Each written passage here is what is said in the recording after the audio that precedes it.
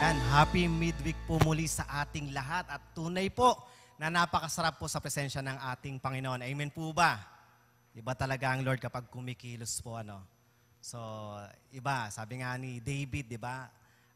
1,000 days no, yung katumbas no ng taon no, kumbaga sa presence ng Lord.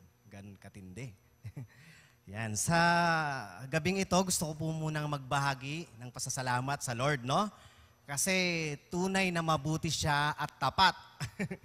Kasi po kaninang umaga, ayan, talagang umalis po ako rin ng maaga patungo sa work para tapusin din itong mensahe na ito no, ng maaga.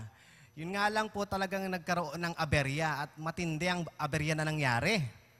Kasi po, pagka upo ko sa bike na nasa may paliko na ako sa kanto, bigla pong nawasak, as in nawasak talaga yung aking pants, yung pantalon ko. Yung puwitan, ang laki ng pagkawasak, talagang kita ang ganun katindi, no? Kaya naman talaga umupo ako na sana hindi walang maapansin, walang makakita. Yung bag ko talagang inano ko sa likod na talagang inipit ko yung pantalon, di ba? At nagganap po ako na mabibilhan ng karayom at sinulid. Ang matindi rito, wala pang mabilhan. Di ba? Tapos parang niisip ko bumalik ako dito sa church and layo-layo ko na, nasa paliko na ako, no? So sa habag ng Panginoon, ayan, ako po'y nakatagpo rin, no, ng mabibilihan ng karayom at sinulid. Tapos may nakita naman akong gasolinahan, no? Salamat sa Lord at sabi ko nga, Kuya, may kigamit ako ng CR kasi kita mo naman, no? Warak talaga eh. No, so ngayon, kinapalan ko na yung face ko eh. Talagang umalis ako dun sa bike ko. Talagang alam ko yung makakita. Ang daming tao kasi. Naglalakad, umaga yun. Siyempre, dahil pumapasok. Tapos diretso, tumakbo ko patungong CR, no? At doon tinahi ko po, no? Ang wasak na pantalon. Ayan, at salamat sa Lord, no? Yan, na-late po ako. First time yun, na ng taon ito na late po ako sa trabaho. Yun po yung first time talagang ang kalaban no. At pagdating naman sa work, talaga, syempre gusto kong tapusin yung message ng Lord, no. At talagang humingi pa rin ng mensahe sa Panginoon. Ang daming ginawa, ang daming pinagawa sa amin. So, ang daming naming ginawa, ayan. So, talagang grabe, tamba kami ng mga gawain. At medyo nagagawal ako, no? Pero ganun pa man, naalala ko yung devotion ko, no? Sa 2 Kings chapter 13 na kasi ako. Sa verse 21, yun po yung pinaka-scripture ko. Doon po kasi, kung nakikilala nyo si Elisha lang yung kung saan na namatay, pero muling bumuhay ng patay na. Nagets nyo po ba yun? Nung tinapon sa kanya yung isang bangkay, no, na napadampi lamang sa kanyang buto, nabuhay po yung patay. So, itong si Elisha, kilala po natin ito na gumawa ng maraming milagro. Tama po ba? Talagang sabihin natin siya po ay nagpakain din ng tinapay kagaya ni Jesus Christ. Pero sa 100 lang sa kanya, no? Pero naparami niya rin yun, di ba? Nagpalutang ng axe, tapos gumamit ng sharingan. yung kumbaga, yung mga tao, yung mga kalaban na kung saan sa pamagitan ng kanyang panalangin ay nabulag, di ba? At dinala dun sa kaharian nila. No? So maraming milagro ang ginawa nitong si Elisha at bumuhay pa ng patay. Pero ang pinakamatindi talaga, patay na siya, hindi na siya nakakapag-pray, no? Pero nung dumampi lang sa kanya yung isang bangkay, no? Ay nabuhay na muli. Kaya ang revelation na sa akin ng Lord dito, hanggat may buto, magpagamit ka. At gagamitin ka ng Lord. Amen po ba yun? So kumbaga, sa akin talagang grabe, ang daming pinaggagawa, pero hindi naging dahilan yun para, sabihin ko na lang na, na tumigil ako, huminto, no? So, even before, no? Even sa, nag-aaral ako ng college, no? Even nung time na talagang talagang hindi po ako tumigil sa pagsiserve sa Lord, no? Kahit hanggang ngayon na nagtatrabaho ko, nakikita nyo pa rin naman na nandito po ako, di ba? So, kahit nagka-jowa na, yung pag nagka-jowa, nawawala na rin, di ba? So, what do I mean? Ganito, no? Gustong ng Lord na gamitin tayo kasi pinili niya tayo Di ba po? Pero ang tanong kamusta ka? Di ba? Hindi porket wala ka dito sa video, hindi ka nakikita dito, hindi ka na magpapagamit. Hindi porket hindi mo na nagagawa yung mga dati mong ministeryo dito, parang feeling mo hindi ka na ginagamit, no? Pakiramdam mo lang yon, pero actually gustong-gusto kang gamitin ng Diyos. Amen po ba yon? Sapagkat ikaw ay pinili niya. Kaya naman sa umagang ito, ayan, salamat sa Panginoon kasi nandito ako at natapos ko yung mensahe. Umulan pa nga kanina, papunta ako sa church, umulan. Kaya huminto naman ako sa 7-Eleven. Doon ko na po tinapos yung message sa 7-Eleven. Talaga, Lord, reveal. Lord, I pray for your guidance. Grabe, ang daming hadlang, pero salamat sa Panginoon. Natapos po. Okay? At para po ito sa mga pinili. Sige po, basahin na po natin. Sa unang Korinto, chapter 1, verse 26 to 31. Ayan, sabi po rito, mga kapatid, alalahanin ninyo ang inyong katayuan noong kayo'y tawagin ng Diyos. Iilan lamang sa inyo ang matatawag na marunong, makapangyarihan at maarlika sa paningin ng tao. Subalit pinili ng Diyos ang mga naturingang hangal sa sanlibutan upang hiyain ang marurunong. At pinili niya ang mga naturingang may hina upang hiyain ang malalakas. Pinili niya ang mga pangkaraniwang tao, mga hampas lupa. O, kita, hampas lupa. Di ba? Lupit ng termino na ginamit, no? At mga may hina sa sanlibutan ito upang ipawalang saysay ang mga kinikilala ng sanlibutan. Kaya't walang sino man ang makakapagmalaki sa harap ng Diyos. Sa Kanya nagmula ang buhay na taglay ninyo dahil sa paikipag-isa ninyo kay Kristo Jesus na siyang ginawang karunungan natin. Sa pamamagitan din niya, tayo'y itinuring na matuwid, ginawang banal at iniligtas ng Diyos. Kaya nga tulad ng nasusulat, ang sinumang nais magmalaki, ang ipagmalaki niya'y ang ginawa ng Panginoon. Sige po, tayo po'y manalangin. Aming Ama, lubos po kami nagpapasalamat dahil tunay po na pinili mo kami. May dakila kang plano sa buhay ng bawat isa kung kaya't naririto kami ngayon at nakakapanood at narito kami ngayon at nakikinig sa iyong salita, Panginoon. Ang madalangin ko po, O Diyos, gamitin mo lamang po ako bilang instrumento mo, O Diyos. Ikaw po ang mangusap, ikaw po ang manguna, ikaw yung maging sentro, Lord God, sa gabing ito. Ama, hipuin ang puso ng bawat isa. Wala kaming ibang hinahangad kundi maitaas ang dakilang pangalan mo sa gabing ito. Salamat po, aming Ama, sa pangalan ng aming Panginoong Hesus. Amen and amen. Ayan po. So, ang pamagat ng ating pag-uusapan ngayon, ayan. Mahina ka, pinili ka. Yan. So, sino rito aamin, mahina siya o may kahinaan siya? Siguro, ito, lahat ng narito, mga nagtatanghal dito, yung mga nagtatanghal, mga ginagamit ng Lord, na nakikita nyo po rito at yung mga hindi nyo nakikita, lalo na yung nasa media, lahat po rito ay may kahinaan. Pero, nagpagamit sa Diyos. Okay? Sige, ngayon meron po akong may 4 na tao ako dito, no, na ipapakita sa inyo. Medyo nilagyan ko lang ng konting kataga. medyo may konting katagayan, di ba? Ayan. So, ito ang mga pinili, no? At kung nandyan ka, nanonood ka, for example, nakita mo sarili, ikaw yan ngayon, no? Kung ikaw yan ngayon, di ba? Habang pinapakita natin yan ngayon, no? Mamaya. O, sabihin mo, amen, ako yan. Kung ikaw din yan noon, di ba? O, sabihin mo rin yun, no? Ako yan noon. Okay? Sige, tingnan natin. Unang-una na pinili. Ayan.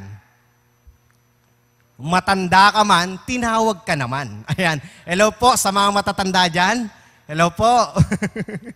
Ito yung iba rito. Talagang pag matanda, ako talaga yung tinitingnan. No? Kasi matanda na raw ako nagka-jowa. Okay? So, kasi marami tayong, may matatanda na kung saan parang pakiramdam nila, hindi na sila kagamit-gamit. Kasi nga, matanda na sila. Di ba? Parang feeling nila ay mahina na sila. Hindi na nila kayang mag-memorize. Yung pangunahin, di ba? O hindi na nila kayang magbahagi. O lalo siyempre maglakbay. Kasi nga, ganun yung nararamdaman nila. Dahil nga matanda na sila. Di ba? Okay? So dito, merong isang matanda sa Bible at alam kong alam nyo ito, no? Sa Genesis 12 verse 1 to 4, na nagpagamit sa Diyos. Basahin natin. Sinabi ni Yahweh kay Abram pa siya niyan, Lisanin mo ang iyong bayan, ang tahanan ng iyong ama at mga kamag-anak at pumunta ka sa bayang ituturo ko sa iyo. Pararamihin ko ang iyong mga anak at apo at gagawin ko silang isang malaking bansa. Pagpapalain kita at gagawin kong dakila ang iyong pangalan at ikaw ay magiging pagpapala sa marami. Ang sa iyo'y magpapala ay aking pagpapalain at ang sa iyo'y susumpa ay aking susumpain. Sa pamamagitan mo, lahat ng mga bansa sa daigdig ay aking pagpapalain. Sumunod nga si Abram sa utos ni Yahweh, nilisan niya ang Haran noong siya'y 75 taon. Sumama sa kanya si Lot. Ayan, pati ang kanyang pamilya kasama niya. Ilang taon si Abram nung siya'y nagpagamit sa Diyos? 75 years old. Amen po ba yon?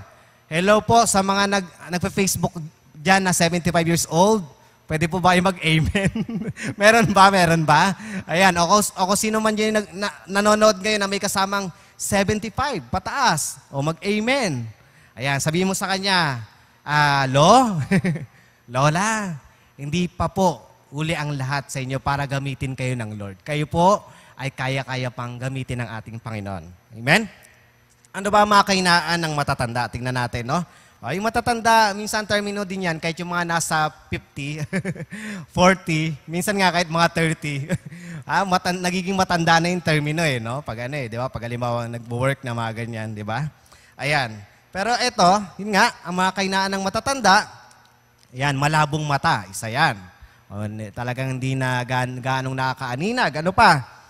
Malabong pandinig. Di ba? Naka-encounter na ba kayo ng matanda na kung saan kinakailangan mong sigawan, no?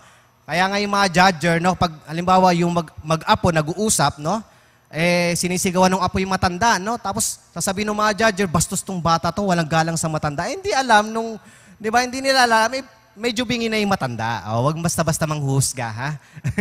Kasi ang matatanda maaring may malabo ng pandinig din, 'di ba? Ayan, malabong magkajowa na. Di ba? Isa yan, no? Actually, meron akong nakilala noon, no? Noon, kahit na ako'y nandito at nagpapagamit sa Lord, minsan naman ay naikipag-ugnayan din ako sa ibang tao, no? Sa ibang church. Tapos meron doon na kasamaan, ayan, mga kasakasama namin, no? May isang matanda doon na, kasi ano yun naalala ko yun. Ewan ko lang sino yung mga kasama dito noon. Para sila Jun Pinites, kasama namin yon. Parang ang gusto nung matanda na yun, bubuo kami ng banda. Siyang bahalang mag-sponsor sa amin, di ba? Kami naman parang hindi naman kami umalis sa church ni Jun Pinites. Sumasama-sama lang kami, di ba? Parang gusto niyang buo kami ng banda, tapos ganyan, tapos i-sponsoran niya, gagastusan niya, mga ganon. Tapos meron din kaming kasama ni Jun Pinites, no? Naging ex-crush niya yata yun, na babae, no? So ngayon, ang nangyari, ilang siguro month din na magkakasama kami, tapos nagpa-practice, no? Ang matandang ito ay nagbalak. Nagbalak dun sa babae. Niligawan niya. 'Di ba? Parang yun talaga yung pinaka-purpose no para no. So ayun, binasted. Tapos parang mula noon di na sumama yung parang simula noon na-disband na yung grupo. 'Di ba? Malabo nang magka-jowa, 'di ba? Yan ganyan din sinasabi sa akin dati, 'di ba? Parang ako, tumatanda ka na, malabo ka na magka-jowa. Pero hindi.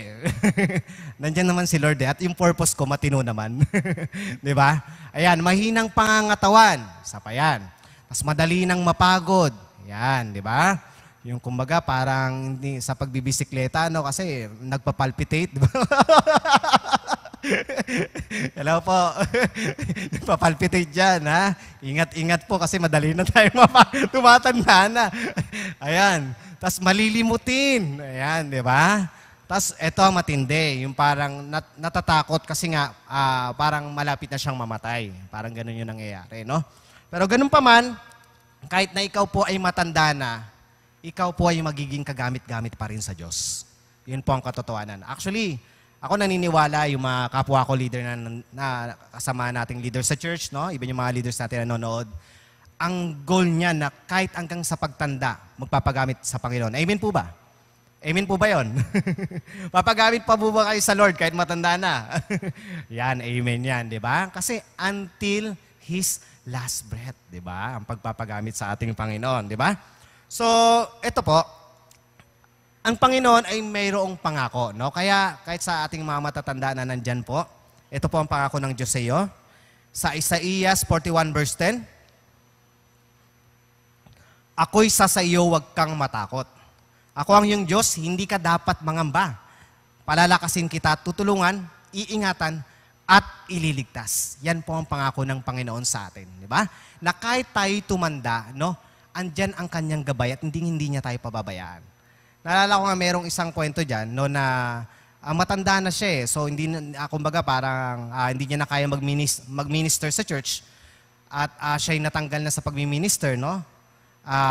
Yun po, itong matandang ito, ang ginawa niya, lagi po siyang nagpapatuloy ng mga kabataan sa kanyang bahay. No? Pinag-aalmusan niya, pinainom niya ng kape, at binabahagyan niya po ng salita ng ating Panginoon. Diba? Pag nag-aalok siya, yan, hanggang sa naparami no, yung mga kabataan na yan. Then dumating po yung time. Ito po, tanggapin po natin to, no? Darating talaga yung panahon na tayo po'y mawawala dito sa mundong ito. Lalo na kung talagang tayo tumatanda na rin, di ba? Tama po ba? Pero ito yung kagandahan. Nawala po siya sa mundong ito, nagulat yung yung mga kasama niya sa church eh. Ba't napakaraming kabataan yung dumalo sa kanyang burol? Di ba? So yung pala, ito yung mga kabataan na kanyang binagian ng salita ng ating Panginoon na napalapit at napamahal sa kanya. Ibig sabihin po pala, hindi po hadlang yung edad mo sa pagiging matanda, no, para gamitin ka ng Lord. Naalala ko isang kasamaan ko sa school, sabi niya sa akin nung isang araw, sabi niya ganon, alam mo, sobrang nangihinayang ako kasi since birth Christian na ako eh. Di ba? Hindi ako naniniwalang merong since birth Christian na. Di ba? Kinakailangan, ang totoong Kristiyano, tinanggap mo talaga si Jesus Christ sa puso mo, di ba? No, baby ka pa, tinanggap mo na. Pero actually, andun yung protection ng Lord sa'yo kasi mga magulang mo maaaring Kristiyano. No? Pero yung pagiging Christian, decision po yun. Okay, natanggapin mo si Jesus sa buhay mo. Tama ba? Kaya nga sabi niyang ganon, ang tagal niya ng Kristiyano, since birth. Pero, nung edad 30, dun lang siya ginamit ng Lord. Bakit? Bakit siya nagpagamit? Alam niyo kung bakit? Kasi muntik na siyang mamatay. Ba't kinakailangan muntik ka munang mamatay bago ka gamitin? Tama ba? Hindi ba pwede yung buhay ka pa, malakas na malakas, magpagamit ka na? Nung time na yon talagang nagkaroon siya ng matinding sakit at talagang nagpapaalam na siya sa asawa niya. Sabi niya, parang gantito na lang ako. Tapos tinatanong niya na yung asawa niya, kung mawala ba ako, maghahanap ka ng iba? Mga ganun. Mga ganun, di ba? Mga ganung tanong, no? Then, talagang nakikita yung sarili niya, parang pawala, no? Pero nagmilagro ang Diyos. At yun, mula noon, kinumit niya yung sarili niya sa Panginoon. Ngayon, naglilingkod siya sa Lord. At kaya nga sabi niya sa akin, sobrang nangihinayang siya. Bakit sa edad na 30, doon lang siya nagpagamit sa Panginoon, di ba? Kaya yung mga kabataan natin dyan, no? Magpagamit kayo hanggat bata pa kayo. Kung meron namang matatanda dyan, kahit anong edad mo ngayon, pwede ka pang gamitin ng Panginoon. Amen po ba yun? Pwede kang gamitin ng... Actually, marami tayong masisipag na matatanda, no? Talagang lalo na si Nanay Lusing, masipag yan. Masipag yan, di ba? Talagang nagsishare talaga yan. Kahit 1 oras, 2 oras, kaya kang bahagyan ng salita ng Diyos niyan, di ba? Ganun katindi si Nanay. Okay. Then, ikalawa naman na... teka lang, meron ako nilagay pa dyan. Next. Ang ating Diyos ay ang Diyos na nagbibigay ng kalakasan at buhay na walang hanggan. Di ba? So, yan, sa mga matatanda natin, ang Diyos ang ating lakas. At higit sa lahat, may buhay tayong walang hanggan. Kaya wala tayong dapat ikatakot, lalo na sa kamatayan. Hindi ito yung tunay na buhay lang natin, no? Hindi po ito yon. Nasa kabilang buhay po talaga, no? Yun po ang tunay. Ito po yung kumbaga sinasabi nga paghahanda para sa buhay na walang hanggan. Bakit na kailangan magtagumpay ka para makuha mo yun? Okay? Then, ikalawa, pailabas, ayan. Bata, ikaw naman ang gumawa. Dati kasi may tanong bata, paano ka ginawa? Bata, huwag niyo i-misinterpret. Ikaw naman ang kumilos at gumawa sa kaharian ng Diyos. Kaya nilagyan ko ng ganyan no? Baka, kasi maraming kabataan ngayon, ang daming ginagawa. Tama ba? At maraming gumagawa ng kung ano-ano. Di ba? Ayan. Si Jeremias, ayan, isa sa mga bata, no, kabataan, ayan, sinabihan siya ng Panginoon, bago ka pa ipinagli at ipanganak ay pinili na kita upang maging propeta para sa lahat ng bansa. Ito ang sagot ni Jeremias, no? Ang sagot ko naman, Panginoong Yahweh, hindi po ako magaling na tagapagsalita. Bata pa po ako. Ayan, maraming ganyang dahilan. Bata pa kasi ako eh. Kaya hindi pa magamit-gamit ng ating Panginoon. Bata pa ako, di ba? Ayan. Subalit, ang sabi niya sa akin, huwag mong sabihing bata ka pa. Pumunta ka sa mga taong sasabihin ko sa iyo, ipahayag mo sa lahat ang aking sasabihin sa iyo. Huwag kang matakot sa kanila sapagkat ako'y kasama mo at iingatan kita. Akong si Yahweh ang nagsasabi nito. Kaya huwag nating sabihing bata pa po tayo. Amen? Pwede po tayong gamitin ng Lord. Tama po ba yon? Ito si Jeremias, grabe ang pagkakagamit ng Panginoon dito. So, ibig sabihin tayo po, bilang isang mga kabataan, pwede po tayong magamit ng ating Panginoon. Amen? Ano ba yung mga kainaan ng mga bata o mga kabataan? Of course, takot magsalita. Kasi nga, kung parang pakiramdam nila, wala pa silang authority. Tama? Kasi bago sila magsalita, ang sinasabi, papunta ka pa lang, di ba? Pabalik na ako. Yan, yung madalas nating naririnig. Ayan, parang yung iba, parang yun yung kainaan nila, Tapos, eto pa, kalayawan. Kasi mas hilig ng mga kabataan, yung kasiyahan. Ayan. So, ito yung nagiging dahilan, At dito sila nagiging focus. Okay? Kaya nga minsan, pati pag-aaral, ay nasisira. Tapos ano pa? Immaturity. Kumbaga yung pag-iisip nila, wala pa talaga doon sa, sa future, Ang pag-iisip nila, parang kung ano lang yung makakapagpasaya sa kanila, yun lang. Diba? Isa to sa kahinaan nila. Then ano pa? Ito, pinakamatindi, yung peg-ebeg. Alam niyo yung peg-ebeg? Ayan, yung mga kinekilig, meron niyang peg-ebeg. Diba? So, yung pag-ibig, madalas, ito yung nagiging pandaraya ng kalaban sa mga kabataan. Tama po ba? Yung akala ng mga kabataan, this is real love, Pero hindi pala yun yung totoong pag-ibig. That is wrong love pala. So, kaya nasasaktan, ayan. Kaya merong mga kabataan, parang gustong, tapusin yung buhay. Ito yung nagiging kahinaan nila di ba? Dito sila nagiging mahina. Okay? Pero ito, ang sabi ng ating Panginoon, sa unang Timoteo 4 verse 12, huwag mong hayaang hamakin kanino man dahil sa iyong kabataan. Sa halip, sikapin mong maging halimbawa sa mga mananampalataya sa iyong pagsasalita, pag-uugali, pag-ibig, pananampalataya at malinis na pamumuhay. Ito po talaga yung gusto ng ating Panginoon sa ating mga kabataan. Kaya kung ikaw isang kabataan, ito yung gusto sa'yo ng Panginoon. Nais ng Panginoon na mamuhay ka, na kung saan ay isang mabuting halimbawa para sa mga kapwa mo kabataan. At alam niyo po, sa aking school na pinagtuturuan, although it is already a Christian school, pero marami pa rin talagang pasaway. Akala ko nga, forget Christian school, di ba? Akala mo, di ba? Yung kumbaga, mga banal na yung nandun, mga Christian. Pero hindi pala. Grabe, ang dami pa rin mga nagpapasaway talaga. Minsan, makikita mo na yung mga post sa FB, mga ganyan, mga di ba? So, pero praise God kasi nga, ang topic ko ay edukasyon sa pagpapakatao. Kaya sinamantala ko na yung pagkakataon na every meron kaming lesson, talagang nagtuturo na po ng Word of God. Actually, halos lahat po sila, may isang lesson doon na kinuha ko yung lesson at pinatanggap ko. Grade 7, 8, 9, 10 yun. Iba't ibang lesson nun, di ba? Pero ipinasok ko yung salvation. Di ba? And praise God, nung time na nag-ano ako sa kanila, tawag doon, kung ano yung mga natutunan nila sa ESP, sa tanong na yon, yun nga, isa yung sa exam ko So, praise God kasi nakakatuwa na mabasa na mayroong talagang natuto na magmahal sa Lord, di ba? May natuto na iwasan yung mga ganitong maling gawain, di ba? So, pwede pala. At ang nakakatuwa dito, merong mga kabata, meron doon nag-share din na sabi niya gano'n, magiging example na rin ako sa mga kapwa ko kabataan. Di ba? So, yun yung kagandahan di ba? So, actually, ang kabataan, andito talaga yung pinakalakas Kasi halos marami pang oras to Di ba? At lalo na yung energy nasa kanila, di ba? Kaya kayong mga kabataan, ito na yung panahon ninyo. Magpagamit kayo sa Panginoon. Amen po ba yon? Tama po ba? Amen po ba? So kahit kabataan, huwag mo sabihing bata ka pa. Pag tinawag ka ng Panginoon, magpagamit ka sa Kanya.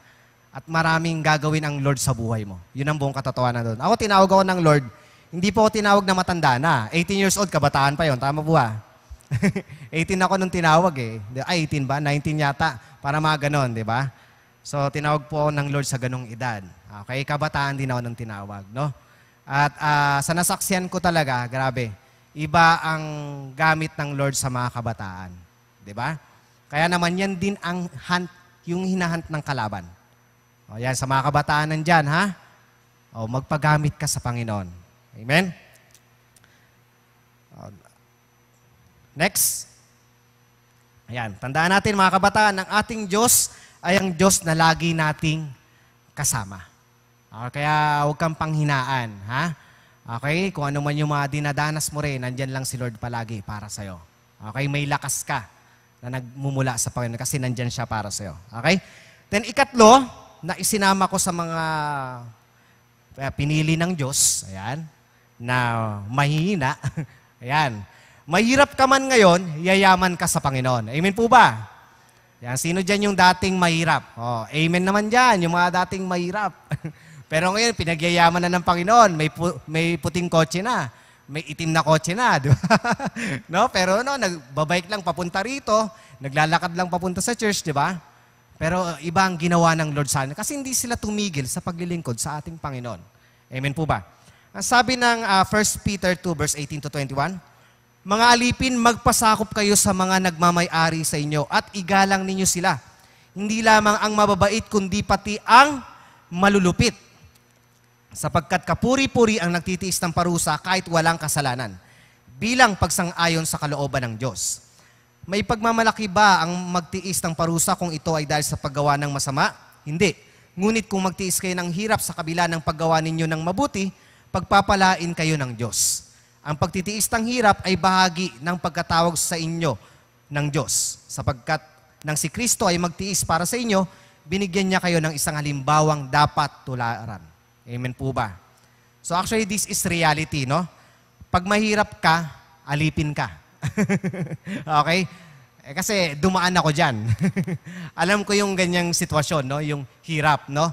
Talagang susuungin mo. Okay? Pero hindi dahilan yon para hindi tayo gamitin ng Panginoon. Tama po ba? Kasi wala akong magandang damit kaya ayaw ko pumunta ng church. Diba? Actually, ako nga, nagsiserve kami dito, naalala ko yun midweek. Ha? First time ko naging backup. Dito pa yung mga backup nun Sa harapan yun, nakatayo ng patalikod. Tapos, worship leader lang nandito, no, sa unahan, no? Nandiyan ako kumakanta, no? Alam niyo po ba, butas ang short ko. Totoo yun. Kasi wala akong, wala talagang masuot pa nun di ba? Talagang, wala rin naman ako na pagkukunan pa noon. Di ba?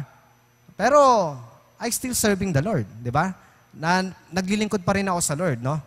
Kahit dumating yung time na, dumating din yung point na, tawag doon, no? Kahit wala kang makain, walang mainom, wala kang pera, ayan, si Pastor Jun, nakasama ko yan noon, no?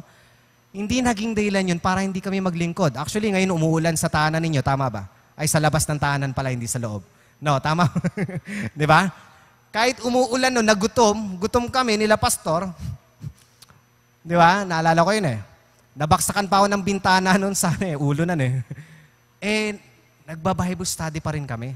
Di ba? Nagsiserve pa rin kami sa Lord. Hindi naging dahilan yung kahirapan ng buhay para hindi kami maglingkod. Like, kami pag nag-uusap kami, pag may nakarinig sa amin, parang mayayabangan sa amin Kasi ang pinag-uusapan namin noon, sigurado yan, time will come. Ito yung magiging, yan lupa na yan, magiging akin yan.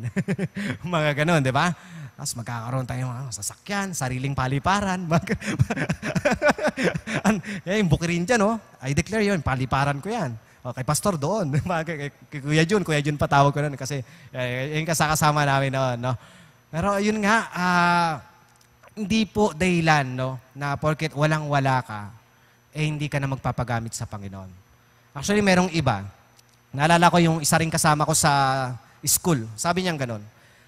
Ilang linggo na siyang hindi sumasama sa cell group nila. No? Ang sabi niya kasi, parang feeling niya, napakayayaman nung mga kasama niya. Napakayayaman. No? Kaya parang feeling niya, hindi siya pwede, ganon. Sabi ko, hindi basehan yung estado sa buhay. Okay, hindi porket parang mo, kasi pa-English yung mga kasama mo sa cell group, ikaw, pabarok-barok na hindi, tapos hindi mo gano'ng maintindihan hindi ganun di ba? Kasi minsan, bagay, ganyan din naman ako before, no? Parang naranasan ko rin yung ganyang pagkaiya noon. Kasi, siyempre, iba yung pag-social yung mga kasama mo, tapos ikaw, walang-wala ka Totoo yun. Pero, alam nyo, nung nakakilala ko sa Panginoon, kahit mayaman, hindi ako natatakot bahagian. Okay? So, kasi wala nga sa estado ang pagpapagamit sa Diyos. Diba? Kahit mahirap ka, pwede kang gamitin ng Diyos. Amen po ba yun? Pero hindi habang panahon mahirap ka dahil hindi yan yung inilaan ng Diyos para sa'yo. Amen po ba? Sige, eto, mga kainaan ng mahirap, ayan nga, yung gutom, kawalan ng pangangailangan, tapos eto pa, napipilitang gumawa ng masama para lang may makain. Totoo to This is reality Lalo na sa mga nasa squatter area, totoo to. Kaya dumarating yung time na meron sa nila nagnanakaw, nang-hold up, no? Nag-aakyat bahay, gumagawa ng hindi maganda, no? Ako, naranasan ko rin naman magnakaw noon. Oo, kasi yung mga time lalo na namamalimos ako sa kalye. Naranasan ko rin yung ganung bagay, pero hindi ako nahuli. Sabay ganun. Di ba? Naranasan ko rin yung ganung bagay kasi nga, maaring sa sobrang gutom. Kasi wala rin naman tumatanggap sa nila sa trabaho. Dahil pinagtatawanan sila, nilalait, mabaho, ganyan. Naranasan ko rin yung mga ganyang bagay di ba? Tapos dinuduraan pa. Di ba? Sino nga naman yung di ba? Kaya no choice no? Pero itong makagandahan, no? Lalo na kung ikaw ay nakikilala mo ng Panginoon sa buhay mo, no? Hindi na yan yung magiging dahilan mo, no? Ibig sabihin, pwede ka nang mamuhay na kahit nasa kahirapan ka, kahit na walang-wala ka, pwede kang hindi magnakaw. Pwede kang hindi mag-akyat bahay, pwede kang hindi mang-hold up. Kasi alam mo na nandyan ang Panginoon para sa'yo. Okay? So, yan. Sa panahon naman namin nung nakakilala na sa Panginoon, nakaranas din po ng paghihirap, no? Pero yun nga, never na kami nagnakaw. Pero ito yung kagandahan. Merong dumarating na blessing talaga Di ba? Unexpected blessing, no? Na hindi pa kayo kumakain, pero magiging ulam niyo masasarap na pagkain. Di ba? So, ganun kabuti ang Panginoon. Okay? Kaya kung ikaw ay nasa sitwasyon na walang-wala ka, naghihirap ka, lalo na yung mga kasama natin dyan sa church, no, na parang siguro kung mag-data, dahil nga 20 pesos lang na FB, no, parang lang yan Iba, 10 pesos lang, no? 3 days, 100, parang 100 MB lang yan. Tingin ko parang kailangan tapusin ko na yata to agad, no? Pag ganun, di ba? Parang walang kakayanan, hindi nila ganun kaya, no? Tama ba? Pero at least, dahil ginagawa mo yung part mo para sa Panginoon, gagawin din ni Lord yung best part niya para sa'yo. Okay? Kahit anong sitwasyon mo sa buhay, magpatuloy ka magpagamit sa Diyos. Amen po ba yun? Huwag yan yung maging dahilan para parang gumawa ka ng masama. No. Hindi po yan yung dahilan para gumawa tayo ng masama. Yan yung way natin para lalo pa tayong magtiwala sa ating Panginoon. Amen po ba yun? Ito po, pampalakas na mensahe ng Diyos para sa mga mahihirap, ngunit higit sa lahat ay pagsikapan ninyo na kayo pagarian ng Diyos at mamuhay ng ayon sa kanyang kalooban at ibibigay niya sa inyo ang lahat ng inyong pangangailangan. Totoo po yan. Totoo po yan. Danas na danas ko yan Totoo po yan. Talagang mula sa kawalan, no? Ngayon, talagang unti-unti nagkakaroon Diba? Grabe ang ginawa ng Panginoon sa buhay ko talaga. At ako'y nagpapasalamat sa Kanya. Sa Kanya lang buong kapurihan, no? Mula sa kawalan ng magulang, binigyan niya, andyan na po sila. Isa po yan, ito po, isa po sa masasabi kong kayamanan ng aking mga magulang, aking pamilya na ibinigay ng Lord, no? Tapos hindi lang yun, no? Niloob pa ng Diyos na makatapos ako ng pag-aaral. Napakabuti ng Panginoon. At syempre, ito inaabangan nila Weweng, yung binigay ng Diyos sa akin na babae, nandyan na. Abangers na. Yan, kayamanan yan. Na, alam nyo, talaga ang Panginoon ay mabuti. At ito, sa trabaho ko ngayon, no, mabuti ang Panginoon. Kasi at least talagang ang pinapasukan ko, andyan naman yung may provision po sila para sa mga worker po nila. Diba? Ganun po kabuti ang ating Panginoon. So, hindi habang panahon nandyan ka lang sa isang lugar na parang isipin mo habang panahon ka na mahirap, mamamatay ka na mahirap. Hindi po ganun. Hindi po yan. Okay? Isa pa sa pangako ng Panginoon sa Philippians 4:19, angkinin po natin ito, at buhat sa hindi mauubos na kayamanan ng Diyos, ibibigay niya ang lahat ng inyong kailangan sa pamamagitan ni Kristo Jesus na ating Panginoon. Okay? So yan po ang pangako sa atin. Angkinin po natin yan. Okay? Magpagamit lang tayo sa Lord at makikita mo unti-unti nagbabago ang buhay mo. Unti-unti nakikita mo ang dakilang pagkilos ng Diyos sa'yo. Then ika-4, ito last, sa mga pinili na yan, masabi nating may hina, no? Pero yan ay pinili ng Diyos. Kapansanan man o kapintasan sa Panginoon, ikay may kasapatan. Yan, di ba? Kung ikaw man ay may kapansanan, di ba? Ikaw man ay pilay, bulag ka man, pipi ka, bingi, o sabihin natin na ano man yung kapansanan mo, kaya may kapintasan ka, parang pakiramdam mo hindi mo ikinatutuwa yung itsura mo. O, ganyan kasi ako noon magkakaroon ako ng self-pity. Kung parang hindi ko tanggap yung sarili ko, ayaw ko nga tumingin sa salamin no? Pero hindi pala ganoon, di ba? So yan po ay niloob ng Diyos, may dahilan siya. Okay? So sa 2 Corinthians 12 verse 7 to 9, ngunit upang hindi ko ipagyabang ang kamanghamangang payag ng Diyos sa akin, ako'y binigyan ng isang kapansanan. Si Pablo po nagsasalita dito, no? Sa katawan na nagsisilbing sugo ni Satanas upang pahirapan ako. At nang sa gayoy, hindi ako maging palalo. 3 beses kong idinalangin sa Panginoon na alisin ito, ngunit ganito ang kanyang sagot. Ang pagpapala ko ay sapat na sa lahat ng pangailangan mo, lalong nahayag ang aking kapangyarihan kung ikaw ay mahina. Kaya't buong galak kong ipagmamalaki ang aking mga kahinaan upang lalo kong madama ang kapangyarihan ni Kristo. Amen? So ibig sabihin po pala, kahit meron kang kapintasan o kapansanan, pwede ka rin palang magamit ng ating Panginoon. Di ba? So meron ngang isang pilay na naka-wheelchair lang. Kumbaga, gusto niya mag-share ng word Kaso nga lang, of course, ang ginawa niya ay gumagawa siya ng sulat, no? Sumusulat siya, pero yung sulat na yon merong pagbabagi ng salita ng Panginoon, no? Tapos inuhulog niya lang sa bintana, no? At ang nakakapulot no, nakakabasa, talagang nabibless. Nabibless. Hanggang sa merong nga isang beses na pumunta sa kanya. At talagang pinagpala din siya nung taong yon, no? At ginamit ng Lord yung upang i-bless siya, no? Itong pilay na to, di ba? So, ibig sabihin, may paraan pala para magamit tayo ng Panginoon. Kilala niyo ba si Nick Vujicic? Di ba? O gusto niyo, Nick Vujicic.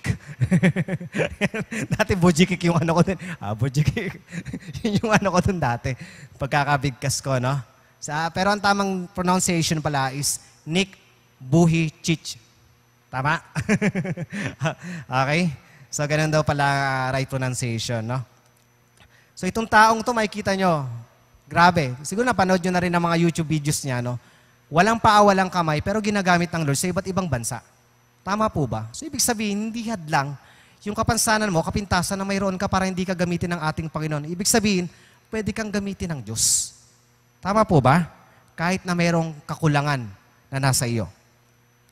Okay, ito po ang mga kahinaan na may kapintasan. Kawalan ng kakayahang gawin ng isang bagay. Of course, kung wala kang kamay, hindi ka makakapagsulat. Tama ba? At hindi ka makakapaglakad kung wala kang paa. Kung bulag ka naman, hindi ka makakakita. Kung bingi ka naman, hindi mo maririnig yung Word of God. Paano kaya lumalago pananampalataya ng mga bingi, no? Okay, so merong veil. Veil ba yung tawag din yun, ano? Para, tama ba? Yung pambasa nila. Ay, bulag ba yun? Sa bulag ba yun? Ano ba? Paano nga kaya, no? Sa bulag pala yun, sa bulag pala yun. So, paano nga kaya? Pero, meron yan, alam ko may paraan din, no? Para marinig nila sa salita ng ating Panginoon, di ba? Okay? At pwede silang gamitin ng ating Panginoon.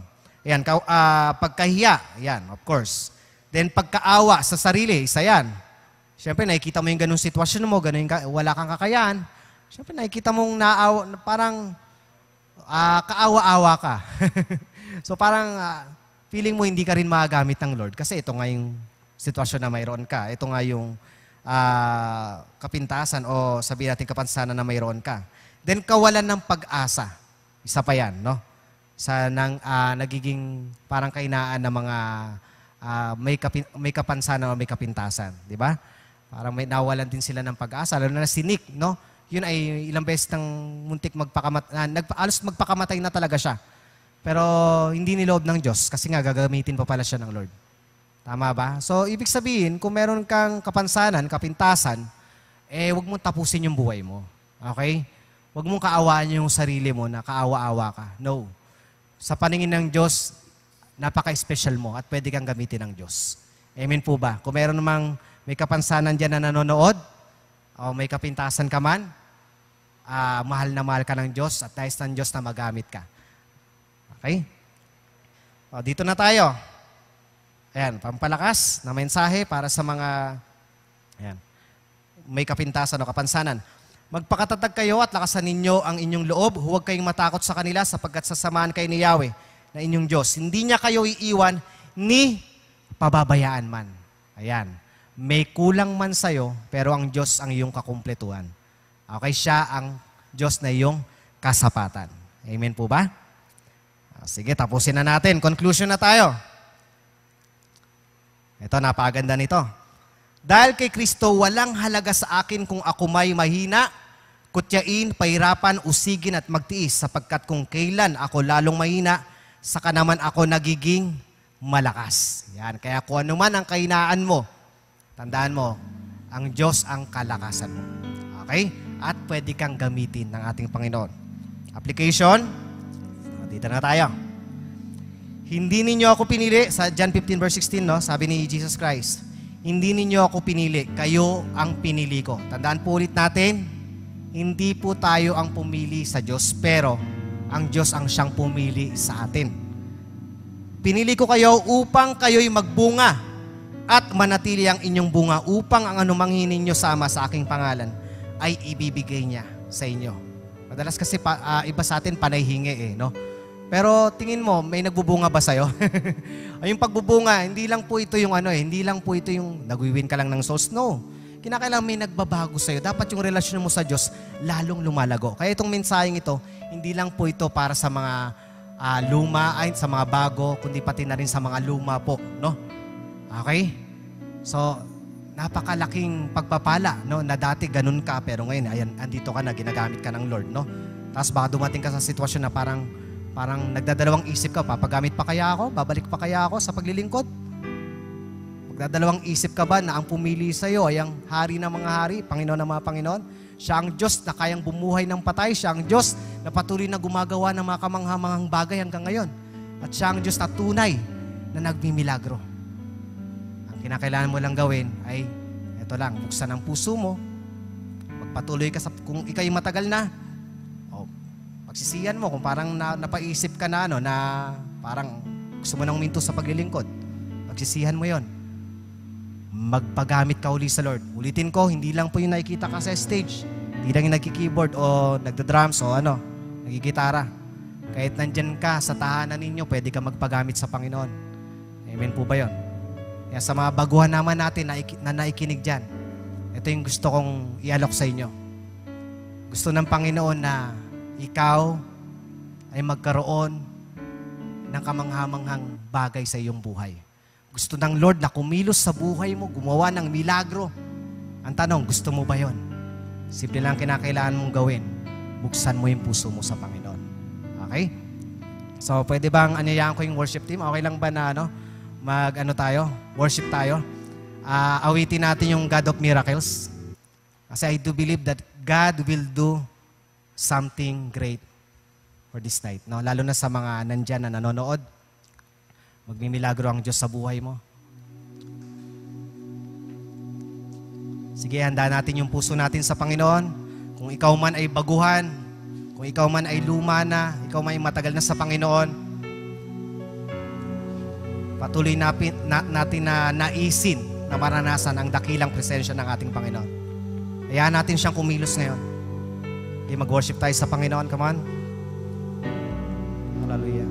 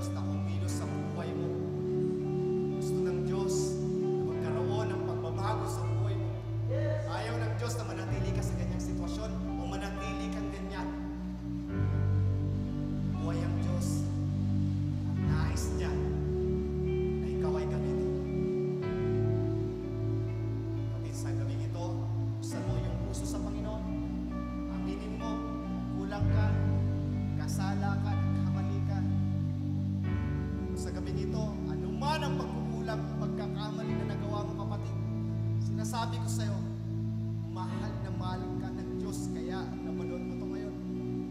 Nais ng Diyos magsimula sa gabing ito ang tunay na buhay na mayroong relasyon sa Kanya. Patipusan mo lang yung puso. Tanggapin mo ang Panginoon sa buhay mo bilang iyong Panginoon at sariling tagapagligtas. Maaari bang sumunod ka sa panalangin ito ng buong puso mo? Panginoong Hesus, inaamin ko po na ako'y mahina. Inaamin ko na ako'y may pagkukulang. Inaamin ko na ako'y nagkasala. Ngunit sa gabing ito, humihingi po ako ng kapatawaran sa lahat ng aking kasalanan, sa lahat ng aking pagkukulang sa iyo.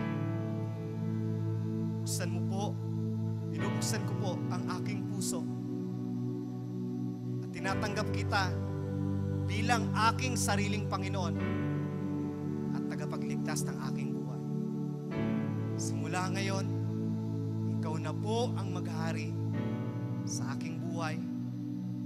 Salamat po, Panginoong Hesus. Amen. Sige po, ako na lang mananalangin sa bawat isa. Panginoon, tunay po na ikaw ang dakilang Diyos na buhay. Nakita mo ang kalagayan, ang sitwasyon ng bawat isa, Panginoon. Lalo sa mga pinanghihinaan. Lord, sa mga naririto na mga kapatid namin na nanonood ngayon, alam mo at hindi lingid sa iyo ang mga sitwasyon nila. Lord, gaya ng nais mo, Panginoon, ikaw ang Diyos na palaging nariyan para sa amin, Panginoon. Ikaw ang Diyos na karapat-dapat lamang na paglingkuran na anuman ang mangyayari sa aming buhay, mananatili kami sa iyo, Panginoon. Lord, I pray, Father, patuloy po na bigyan ng lakas ang bawat isa. At ang madalangin ko rin po, anuman ang kahilingan nila, ipagkaloob mo po yun ng naaayon sa iyong kalooban, Panginoon. Dilingid sa iyo ang pangangailangan ng mga kapatid namin ito, Panginoon. Higit mong nalalaman ito, O Diyos. And I do believe, Father God, that you're going to provide all their needs, O Lord God. Lord, salamat po, Panginoon. Patuloy po, Panginoon, sa bawat natutunan namin sa gabing ito, Lord. May treasure namin ito sa aming puso, Panginoon. Magpapatuloy kami maglingkod sa iyo, anuman ang mangyari sa buhay namin, anuman ang harapin naming sitwasyon, maging sa aming pagtanda, Lord, mananatili kami sa iyo, Panginoon. Ama, salamat po. Ikaw ang Diyos na patuloy naming dinadakila, Lord, pinaparangalan, luwalhati, sinasamba at pinasasalamatan. Salamat po, aming Ama. Muli, binabalik namin sa iyo na maingat ang lahat ng buong kapurihan, kaluwalhatian at buong pasasalamat sa pangalan ng aming Panginoong Hesus. Amen and amen.